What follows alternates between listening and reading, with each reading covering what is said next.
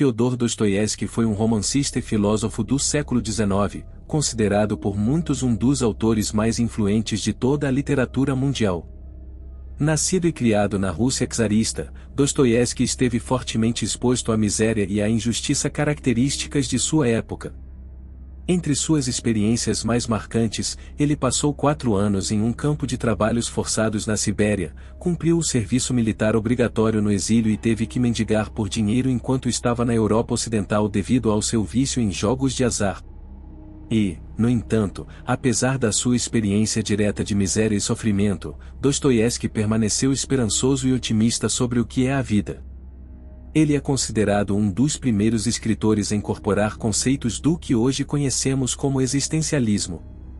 As obras de Dostoiévski giram em torno de alguns temas importantes, como o sentido da vida, a constância do sofrimento, a divisão entre racionalidade e emoção, a espiritualidade e os vários lados da condição humana.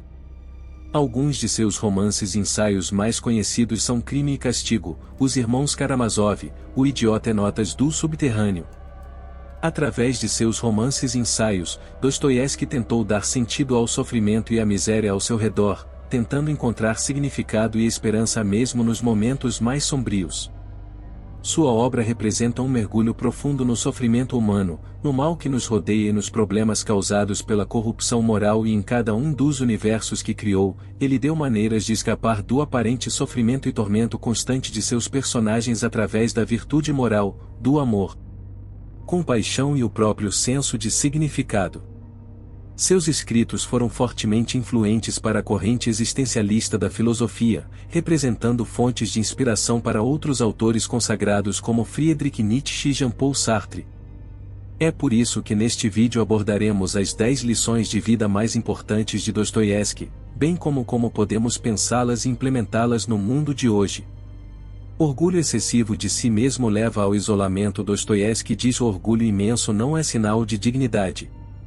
Em sua obra-prima literária, Crime e Castigo, Dostoiévski pinta o retrato de seu personagem principal, Rodion Raskolnikov, como um estudante de filosofia racional e intelectual que acredita estar acima do resto de seus pares devido às suas proezas mentais.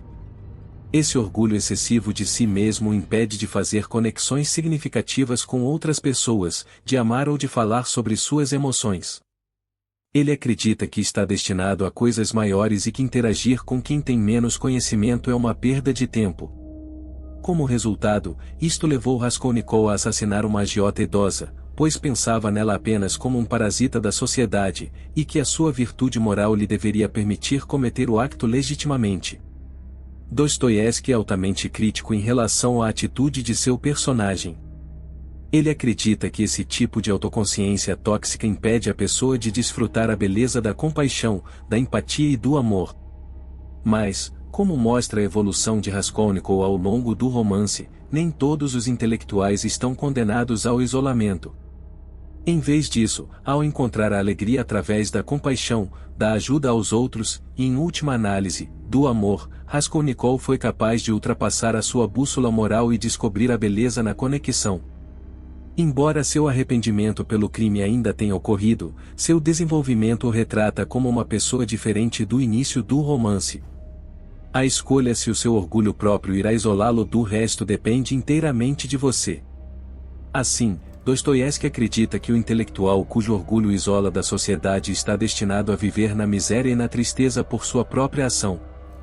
Por outro lado, aquele que aceita as diferenças dos seus pares e ainda faz conexões significativas pode deleitar-se com amor e conhecimento ao mesmo tempo. Na nossa vida cotidiana, podemos aplicar esta visão do crime e castigo vendo o conhecimento como uma ferramenta. Em vez de desacreditar os outros como menos informados, podemos esforçar-nos por lhes ensinar o que sabemos. Em vez de considerá-los menos inteligentes do que nós, podemos procurar algo que eles sabem e nós não sabemos. Por último, não devemos orgulhar-nos da nossa riqueza e estatuto como superiores aos dos outros, mas sim aceitar que o valor de uma pessoa não pode ser determinado por este tipo de critérios. A conclusão de Dostoiévski é que a racionalidade por si só não decide o valor de uma pessoa e que a compaixão e o amor são muito mais importantes na orientação das nossas vidas sociais. No final das contas, somos todos humanos e todos devemos tratar uns aos outros com respeito e empatia, e não pensar nos outros como inferiores a nós. Seja melhor para você mesmo, não para as outras pessoas, segundo Dostoiévski, e errar do próprio jeito é melhor do que acertar do jeito do outro. Junto com o isolamento de Raskolnikov, Dostoiévski também critica a motivação do personagem para adquirir conhecimento. Raskolnikov se esforça para ser melhor que o resto do mundo, para poder desprezá-lo com um sentimento de superioridade. Ele quer ser grande porque grandes pessoas são admiradas e porque ele acha que os outros o terão em grande consideração se o fizer. A atitude de Raskolnikov é altamente superficial e materialista, embora ele não tenha consciência disso até a última parte do romance. Dostoiévski é altamente crítico em relação a essa atitude, pois sua visão sobre o autocrescimento está centrada no desenvolvimento de si mesmo para a própria felicidade e a descoberta da vida. Friedrich Nietzsche, inspirando-se na obra de Dostoiévski, desenvolveu essa crítica em seu conceito de Übermensch. Nietzsche acreditava que a grandeza é virtuosa porque permite experimentar, compreender e expressar mais da vida. Ele via a busca pelo conhecimento como uma jornada pessoal que só deveria ser realizada se alguém quisesse intrinsecamente, e não como um status social. Enquanto o primeiro tem alcance limitado, o segundo não tem limites. Para nós, a lição de Dostoiévski é não melhorarmos porque os outros querem, mas porque nós o fazemos. Tornar-se melhor para agradar aos outros, ou para ser mais respeitado, significa abrir mão da sua liberdade pela vontade dos outros. Assim, nunca devemos permitir que o status social, o orgulho ou o prazer da bajulação conduzam o nosso desejo de saber e ser mais. Isso, como Raskolnikov aprendeu mais tarde, só deve vir de dentro. Uma maneira de conseguir isso seria olhar para dentro, descobrir quais são nossos objetivos na vida e então decidir o que precisamos fazer para chegar lá. Planejar nosso autocrescimento de acordo com o que queremos nos permite desconsiderar o que os outros consideram um fator significativo. O oposto seria olhar para fora em busca dos nossos objetivos, digamos, simplesmente imitar o que os outros estão fazendo, e nunca considerar se isso nos faria felizes. É mais importante viver a vida do que pensar na vida. Para citar Dostoiévski, o mais sábio de todos, na minha opinião, é aquele que consegue, pelo menos uma vez por mês, chamar-se de tolo. Dostoiévski tinha grande respeito pelo intelectualismo e pelas pessoas instruídas. No entanto, ele também acredita que a racionalidade pode muitas vezes impedir alguém de viver no presente e de desfrutar dos pequenos prazeres da vida. Este tema é discutido profundamente em O Idiota.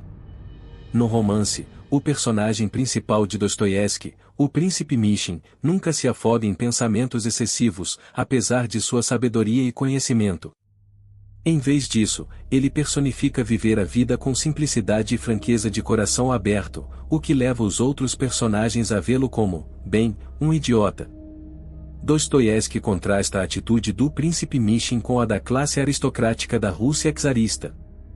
Embora os pensadores excessivos muitas vezes se envolvam em jogos políticos, Mishin os considera em grande parte insignificantes ou sem sentido. Um tema semelhante é explorado através da transformação de Raskolnikov em Crime e Castigo, quando ele aprende que abraçar tudo o que a vida tem para oferecer é melhor do que viver constantemente na sua própria mente, com as suas próprias ideias. No entanto, em ambos os romances, Dostoiévski também observa que tentar viver assim quando os outros não o fazem pode muitas vezes ser difícil e levar a mal-entendidos por parte dos outros. Para nós, esta lição é um lembrete de que nossas mentes possuem filtros que podem nos impedir de viver o momento. Quanto mais ficamos enterrados em nossos pensamentos, menos podemos experimentar o que o mundo tem a oferecer. Talvez tenhamos preconceitos em relação aos outros, impedindo-nos de fazer conexões significativas, ou talvez estejamos ansiosos com o que os outros possam pensar, impedindo-nos de fazer o que queremos. De qualquer forma, devemos lembrar que pessoas verdadeiramente instruídas e intelectuais têm mais em comum com tolos simplórios do que com intelectuais orgulhosos e menos sábios.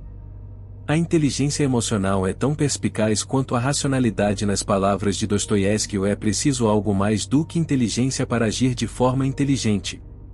Voltando à evolução de Raskolnikov, Dostoiévski mostra uma clara diferença entre o que parece certo e o que se pensa ser certo. Embora Raskolnikov sentisse que seu assassinato planejado estava errado, ele optou por agir de acordo com sua racionalidade e o executou de qualquer maneira. No entanto, como ele entende após o crime, ir contra a própria natureza e o senso de moralidade é atormentador e doloroso, mesmo que a razão diga o contrário.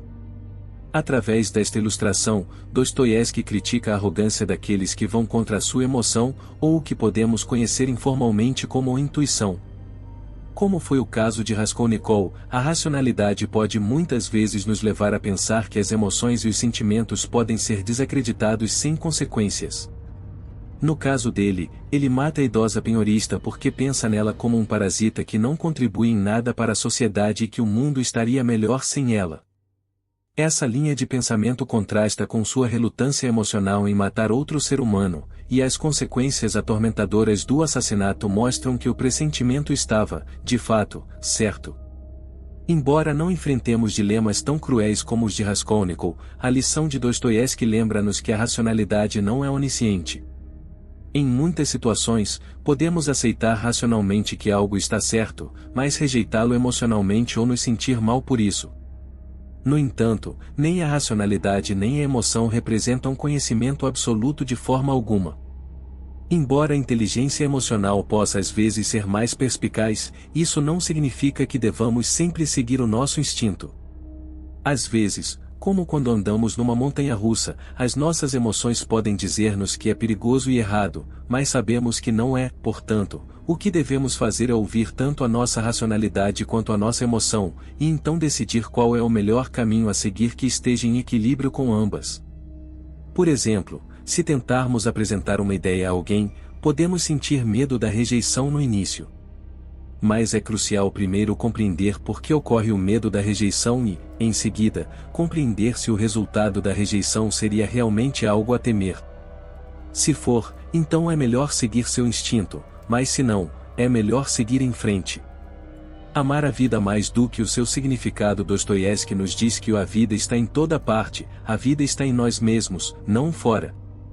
Ser um ser humano entre as pessoas e permanecer um ser humano para sempre, não importa em que circunstâncias, não desanimar e não desanimar, e é disso que se trata a vida.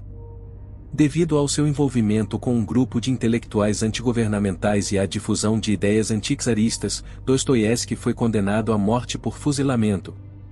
No entanto, ele foi poupado pelo czar no último momento e condenado a 4 anos em um campo de trabalhos forçados. Como ficou bastante claro em seus escritos, esses acontecimentos tiveram um impacto profundo em sua visão da vida. Para Dostoiévski, viver e experimentar a vida em sua plenitude, não importa como ou onde, é o único tipo de significado necessário para encontrar a paz. Sua filosofia foi testada de forma mais extrema durante sua estada na Sibéria. Como ele menciona em suas notas do subterrâneo, mesmo uma existência tão desolada e miserável não lhe tirou o apelo para viver a vida. Em vez de pensar em como as coisas deveriam ser, Dostoiévski ilustrou que aceitar como as coisas são é muito mais poderoso. Embora sejamos livres para decidir por nós mesmos o significado da vida, como sublinharam os filósofos existencialistas no passado, isto não contradiz Dostoiévski. Pelo contrário, complementa-o. Mesmo que já tenhamos uma ideia do que queremos realizar na vida, devemos também lembrar-nos que, apesar dos nossos objetivos e aspirações, a parte mais importante da vida é viver a própria vida. Não devemos jogar nossos sonhos pela janela, mas sim compreender que aceitar a vida como ela é e tentar melhorá-la não são coisas mutuamente exclusivas. Por exemplo, podemos tentar ter sucesso em nossas carreiras e também aceitar que as coisas não funcionem a nosso favor. A ideia é mudar o foco da realização para a tentativa, ao mesmo tempo que aceitamos que os resultados são muitas vezes definidos por fatores fora do nosso controle.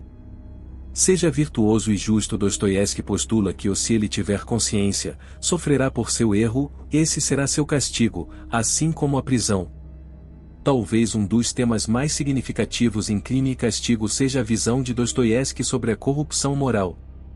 E suas consequências. A punição de Raskolnikov tem menos a ver com seus 8 anos de servidão penal e mais com o tormento psicológico que ele sofre até sua confissão.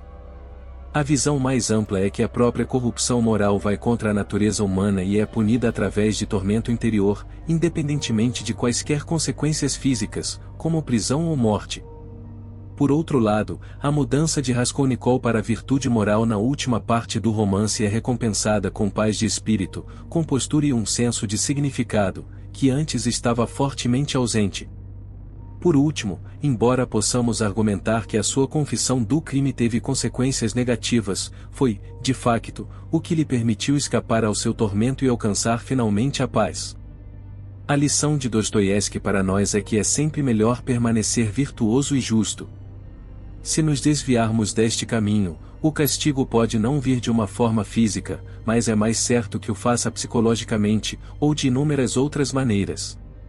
Aqueles que são virtuosos são aqueles que permanecem livres e pacíficos mesmo nos tempos mais difíceis.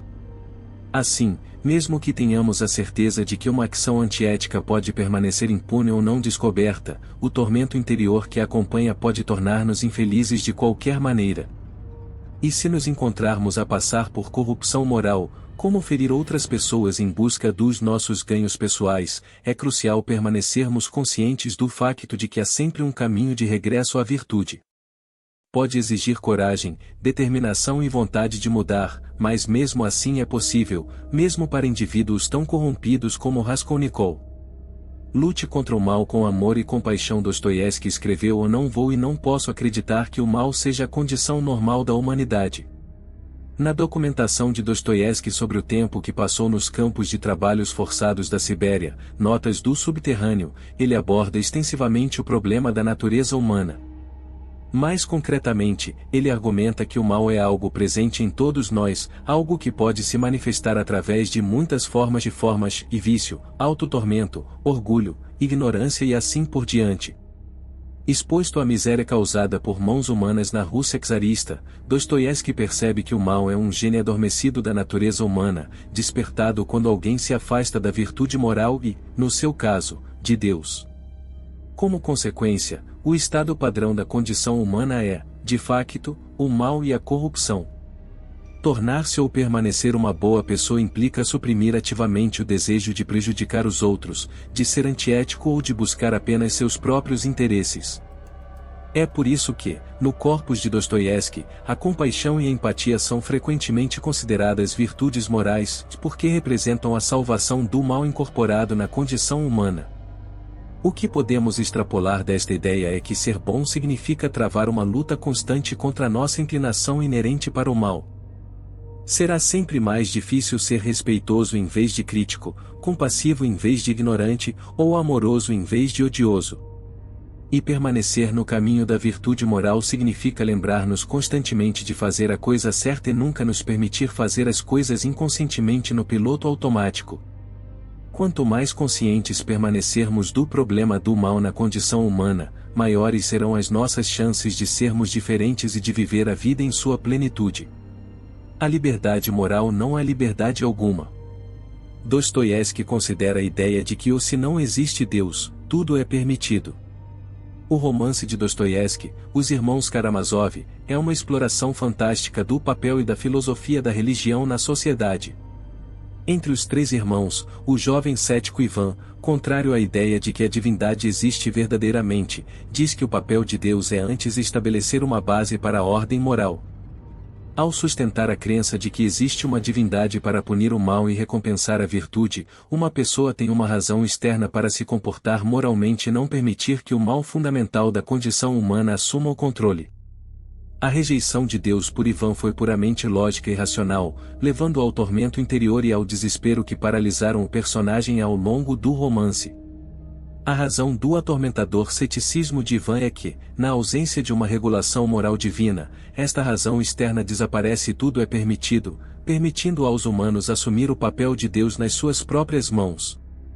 A liberdade moral absoluta leva a ideias e crenças que podem e irão tirar a liberdade dos outros.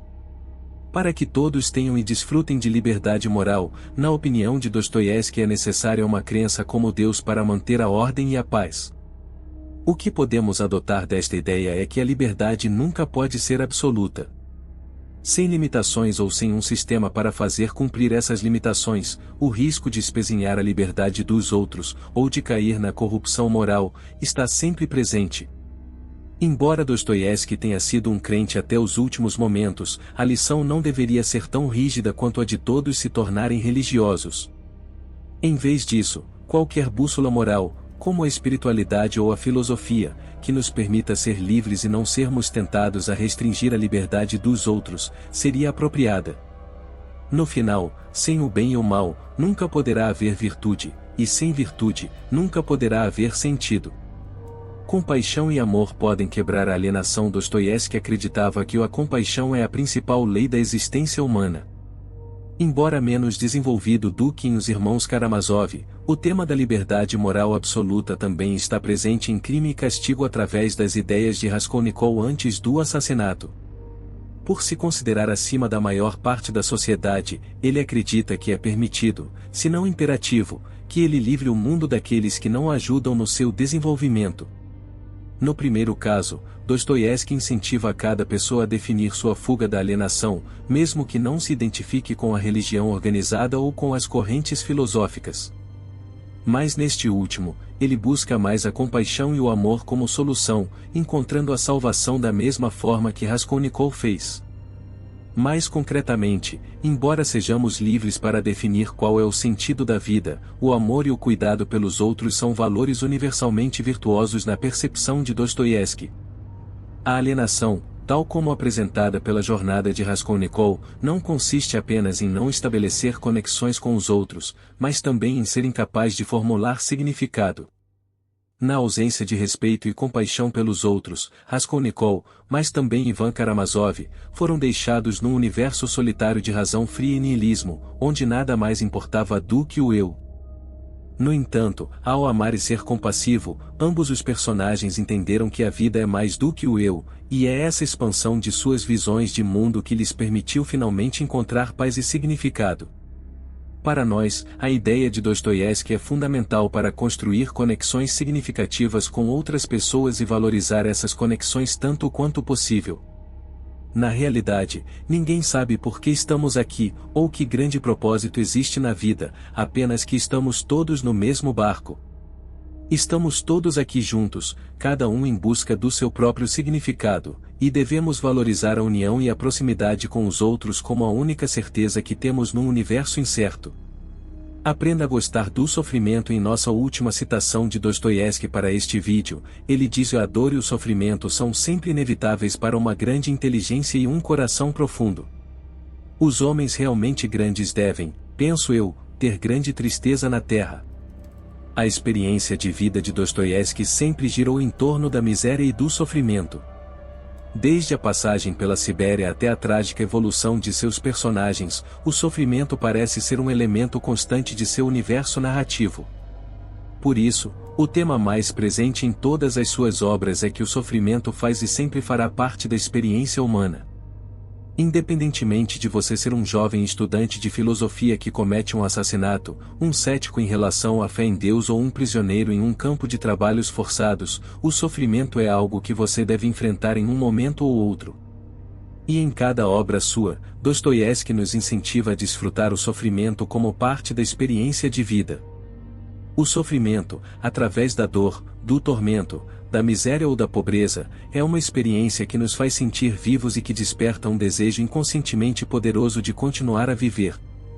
A sua conclusão, depois de ter sido poupado pelo czar, foi que a própria vida é o sentido da vida, e se isto incluía sofrimento, então que assim fosse. Afinal, sem sofrimento nunca conseguiríamos distinguir nenhuma emoção, pois não haveria nada com que compará-la. Sem momentos de sofrimento não conseguiríamos desfrutar de momentos de felicidade e paz. Portanto, é obrigatório experimentá-lo. Mas desfrutar do sofrimento significa desfrutar e deleitar-se com a complexidade da vida, com tudo mais que ela nos reserva. O sofrimento faz e fará parte de nossa vida cotidiana. As coisas nem sempre correm conforme o planejado e muitas vezes nos encontraremos lutando contra sentimentos como depressão, tristeza, dor ou miséria. Para Dostoiévski, isso não é motivo para desistir da experiência de vida, mas sim para nos alegrarmos pelo fato de sermos humanos o suficiente para vivenciar tais sentimentos. Além disso, o próprio sofrimento dá origem a outro sentimento muito mais poderoso, o da esperança. Devemos sempre esperar que o sofrimento dê lugar ao prazer, que as coisas melhorem, e que a dor seja apenas temporária, assim como a felicidade. Odiar o sofrimento significa odiar grande parte da experiência humana, o que equivale a não conseguir encontrar um sentido maior para a vida. Mas se aprendermos a gostar do sofrimento e a tratá-lo como apenas mais um trampolim na nossa jornada, então tudo ficará bem e tudo valerá a pena no final. Se você gostou deste vídeo, não deixe de conferir nossa playlist completa de destrave mental e, para mais vídeos para ajudá-lo a encontrar sucesso e felicidade usando a sabedoria filosófica antiga, não se esqueça de se inscrever. Muito obrigado por assistir.